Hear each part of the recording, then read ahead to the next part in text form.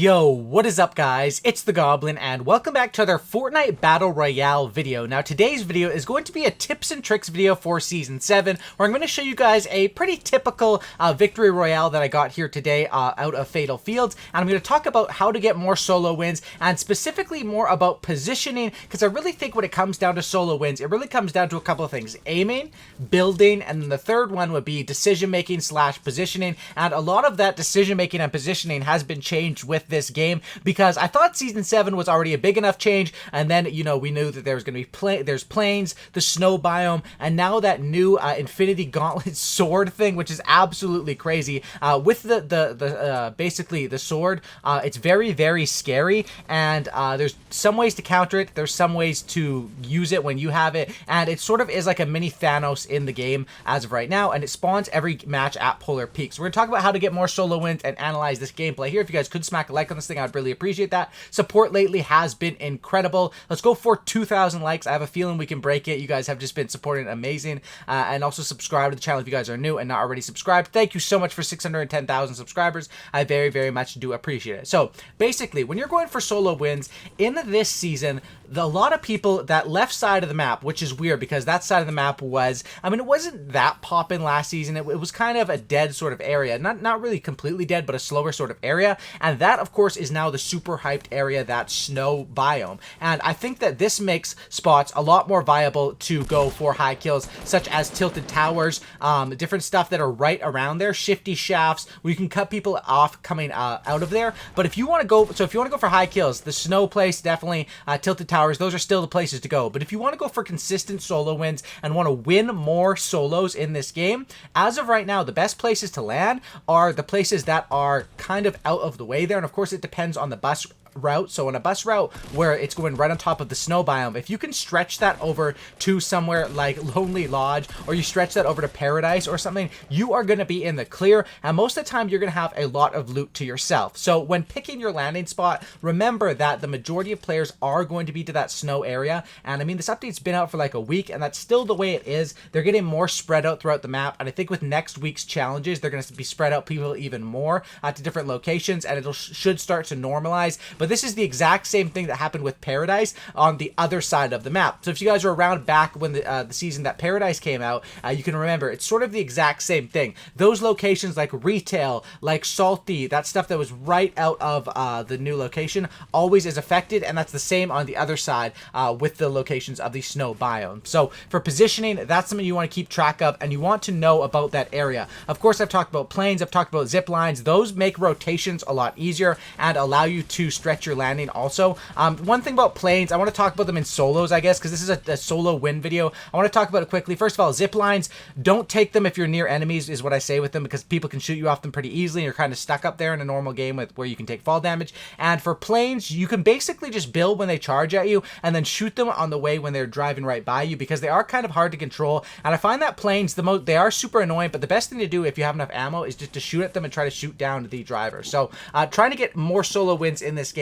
Of course, I picked this game landing at Fatal Fields, which was a pretty safe landing. It was actually kind of a medium landing because there was a few people that landed there with me, and you can pick the hotness of the drop literally just depending on, you know, if you play the game a lot and you know the maps, and also based on where that first thing is going to drop. So right there, I get into a build fight. I kind of lose that player in a build fight, but luckily with these buffed shotguns, and I'm telling you, if you want to get better at the game, I've always said the number one thing to have, like, you know how they always say, like, it's always nice to have a jump shot if you're in the NBA. Like, that's something you can always rely on. Something you can always rely on in Fortnite is to be able to hit pump shotguns to the head. That's been my bread and butter in this game. You know, back in the day when I first started playing and was tearing up Tilted, I was not the best builder at this game, and a lot of people weren't. But when it came down to being able to hit people, and that was back when shotguns had 2.5 times multipliers. Now it's only the heavy that has a 2.5 times multiplier. The other shotguns have a 2 times multiplier, but that is the biggest key, I would say, in Season 7 to get more solo wins, make sure you have good shotgun aim. And if you don't have good shotgun aim, the best way to practice, honestly, is go to Tilted and just keep playing aggressively. Don't play for wins until you're confident with that shotgun aim. That's something that I usually do. I really think that having good settings can also help you with that, which you guys should check out my last video, which was my settings video. Other stuff like this guy right here using balloons in the gameplay, you can see stuff like this is stuff that I'm not used to. With players that are using balloons, personally, if you just line up the shot and shoot at them, that's probably the easiest way to do it, or try to play the angles on him. This guy was sort of all over me, but luckily I just kept blocking him off, and I wait until I have the engagement that I want to take. You can see, look at this. Every time I'm taking a shot and then I'm blocking it off. This is how you're going to win more games, and then I'm able to take him out, and then once I get the pressure on, right here I make a smart decision. I have 9 minis, right? So instead of trying to pop the chug, just in case this third party who I saw shoot rushes me, I use the 2 minis. Sure, I sort of end up wasting those, but it's not a waste just in case that player would have rushed me. It's a safety play. It's something that I've started to do a lot more, and then I build up and use the chug jug. The best thing to do when you're under pressure in a solo is to build straight up 1x1s and make sure that bottom is secured. Because the thing about really with this game is, you saw in my early game, it's all about where you want to land and how aggressive you go. But this is the mid game, and this is where it's going to be sort of slow, and then everything's going to collapse. This is where the term third party, fifth party, seventh party, 98th party, this is where that was coined, because in the mid games is where you can see, look at this. I've just been fighting quite a few people. This guy comes out behind me in the storm, and I'm just trying to take on all these engagements. The mid game right here is where you want to make sure you are fully matted up, fully healed up, and you have some backup heals or some great weapons going into the top end of the game. In a public match, there's always going to be quite a few people with good loot. So if you're going into the end circle with like a green pump and a common AR and, you know, like a gray pistol as your finishing weapon, someone that has better guns is probably going to be able to beat you. And of course, other people that have mats and shields. And that's sort of one of the incentives in a public match. It does sort of make sense if you're a confident player to rush people, because you can see I end up in situations like this. I have 8 kills now coming out of that skirmish in the mid area, and there's only 9 people left. So the rest of this game, I'm pretty good. I can chill out and play this for the victory royale. And basically, I pick up all of this loot. One thing is keeping track of the people that you killed. I build walls there just in case there was someone left over there. And I'm in a very good position because I can use that other player's jump pad. I have my own jump pad. I have basically 2k mats almost, very good ammo, and you can see this is a position that I'm in because I chose to take that fight.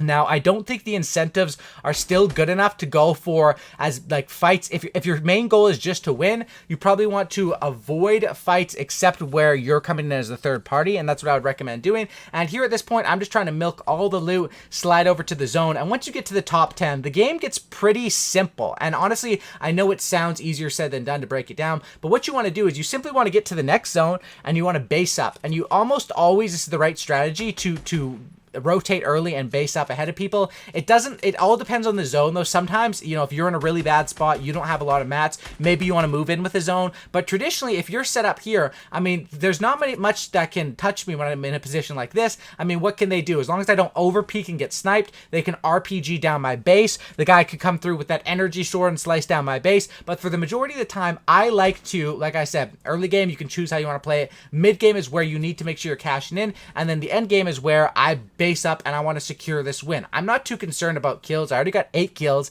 So if I got 1 or 2 here at the end, I'm pretty happy with that. And I'm basing up and I'm looking at the storm circle. A tip here this is a tip that I don't really talk about too much, but I think that people should know is look when I'm peeking. I'm peeking when I know the storm circle is moving in on them so they don't have the opportunity to snipe me. Every single time I see him disappear or he hasn't built for a second, when I go to shoot again, I jump and shoot around. But the reason why I'm doing that is so if you do get sniped or shot at, it's very, very unlikely they'll hit a headshot when you're jumping around. If it was, it would probably just be you know, unlucky on your part. You can see right here, this guy's taking shots at the energy sword player. I take that opportunity to get some free shots in on that guy. Any damage you can do late game, it's not always about finishing off the kills. Any damage you can do can get you ready for that, you know, end of game finale. And you can see here, I make kind of a mistake and I try to chase this guy around with the sword, which is not the thing. A lot of people say, oh, the sword's super strong, you need to get solo wins. Personally, I don't think you do. I think that you can get wins with it, and I think that you can get wins without it. But my main tip for fighting against the sword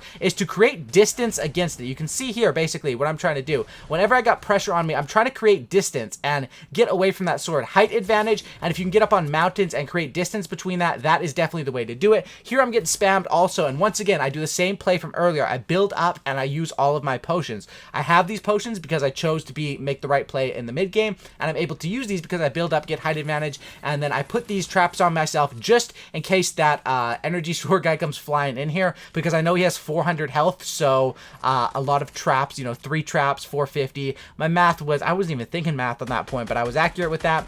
This guy down here, I'm in a top 3 scenario, and this is where it's easy. Launch pads, baby. Glider redeploy is gone. Launch pads have a spot back in the game, and this is how I used to get all my, like, so many wins, just with a bouncer or launch pad. Last second rotation, other people don't have it. Boom. Easy win. You can sort of see step by step how I went through it, and I talk about a little bit at Season 7 how you can deal with different aspects of the game. Hopefully you guys did enjoy this video. Thanks for watching, guys. More videos to come very soon. Subscribe if you guys are new, and I'm out. Peace.